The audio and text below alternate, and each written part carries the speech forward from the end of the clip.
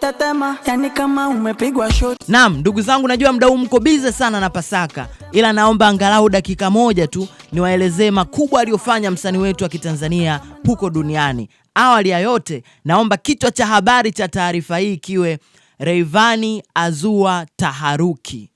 Narudia tena, kichwa cha habari naomba kiwe Rayvanny azua taharuki duniani. Tukisema hivyo pia itapendeza zaidi. Sasa usiku wa kuamkia leo, msanii Rayvanny, Vanny Boy, kwenye show ambayo alialikwa, ambayo iliandaliwa na msanii kutokea nchini Kongo, na mzungumzia Fele Gora, iliyofanyika kwenye kiwanja cha Echo Arena kinachojaza zaidi ya watu 20,000.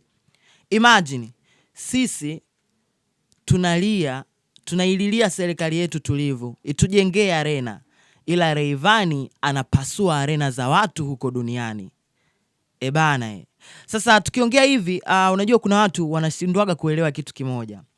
Kuna tofauti kati ya msanii wa kimataifa na msanii wa kitaifa. Nimeona kulikuwa kuna mijadala mingi sana. Watu mnatengeneza disagreement kuhusiana na msanii Rayvanny, lakini kitu pekee ambacho nakipenda kutoka kwake huyu Mnyakyusa, huaga ana maneno mengi. Yeye anafanyaga vitendo na kuonesha watu like, yo, this is what it is, man.